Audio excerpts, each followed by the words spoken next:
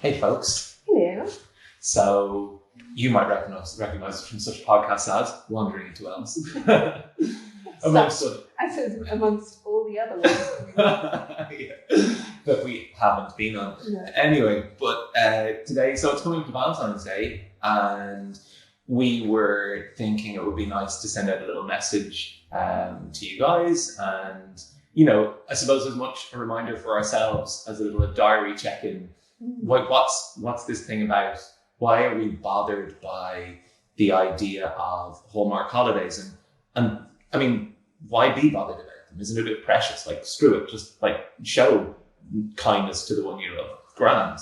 Yeah, I feel torn by it, and I think that I think we don't like the idea of being told what to do. So we like being told, like, and now is the day that you celebrate your mother, and now is the day that you celebrate your lover. Yeah. But at the same time, like, life can be really tough, and days can kind of go into drudgery and fall into patterns and rhythms. It's nice to have a moment where you stop and go, like, actually today I'm just going to think about love and celebrate love all day. I think that's nice. That's valid. It doesn't have to be you go and buy a teddy bear. Yeah, absolutely not. And it might be the case that you buy your lover a carbon offset voucher this year, particularly because we've got to love the planet and love each other. I don't know, but I think it's time to start thinking a little bit differently about how we approach Valentine's Day.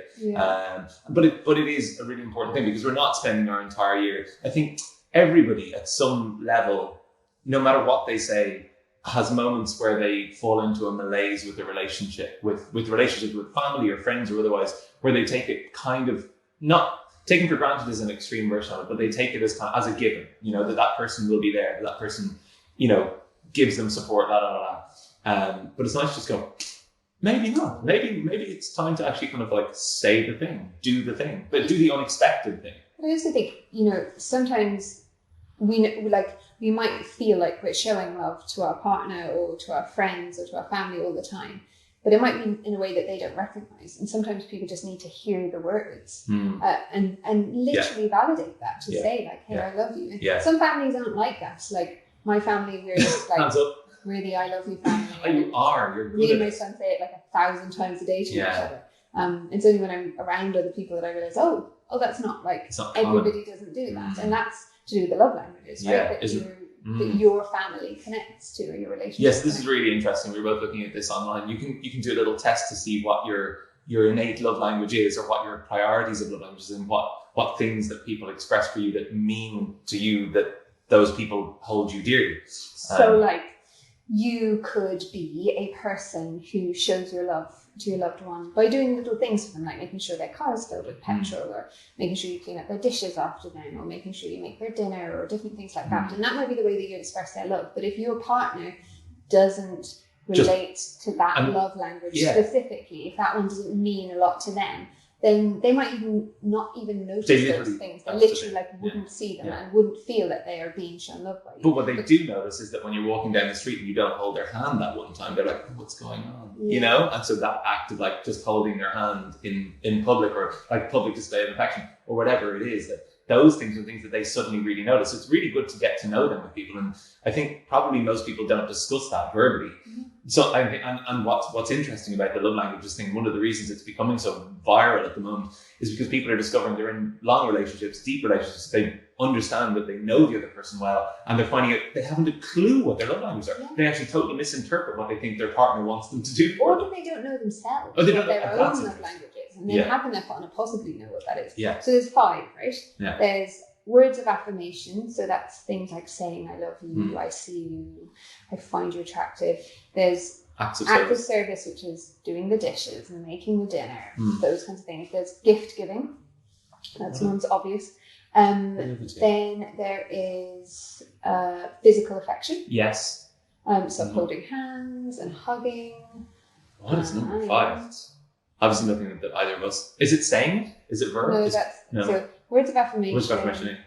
Physical touch. Gift giving. Oh, hang on. I think I've just decided our prize for this month.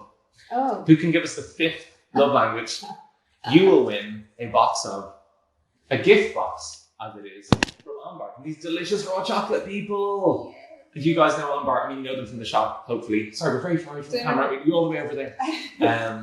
But yeah, so we all have our favourites within this, and that gift box is one of the best things I've ever seen in the world of chocolate. They're so pretty. They're so pretty. And what's great about them is that they're not just, pretty, but you're getting cacao, which is necessarily rich in things like anandamide and these things that are known as bliss chemicals or things that help to work as aphrodisiacs gently under the surface. So give your oxytocin a nice boost. A nice little kick, exactly. Your connecting hormone. Yeah. And yeah, exactly. Your connection hormone, your hormone that allows you to feel love, literally, for yourself, for the world. It's all that sort of thing. Because it's the same thing. I mean, love internally, love externally, that they are married. This one is actually really nice because it's got goji in it, and goji is also known as an aphrodisiac as well. Lydia's personal favourite, which you've hidden from me. There we go. I like the pistachio one. Pistachio one's goodie. Favourite.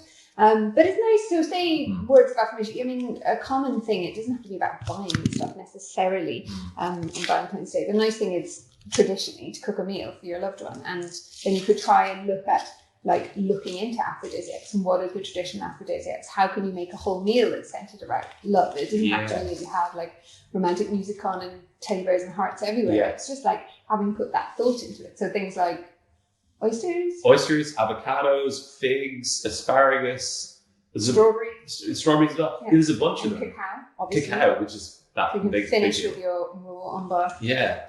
Selection. And you can read our little blog. We're going to post a little bit below this as well, which is all about those aphrodisiacs in foods as well, which is something I just thought of doing, so we'll do it. Okay. Would you like some? I would like some. Right. Thank you so much. There is my love language expression for the day. So yeah, have a great Valentine's Day. Do something for yourself. Internally, have a little self-care moment. We just had a really lovely yoga class here, taught by hers truly? Is that a word? I don't know. Anyway, taught by Lydia, which is great. Maybe go out, book a yoga class with your partner, or just spend time sitting with each other, have a walk, go for a hike, whatever it is, but find out what their love language is first before booking whatever the thing is. Go online, get them to do the same, and have a great Valentine's Day, guys. Bye.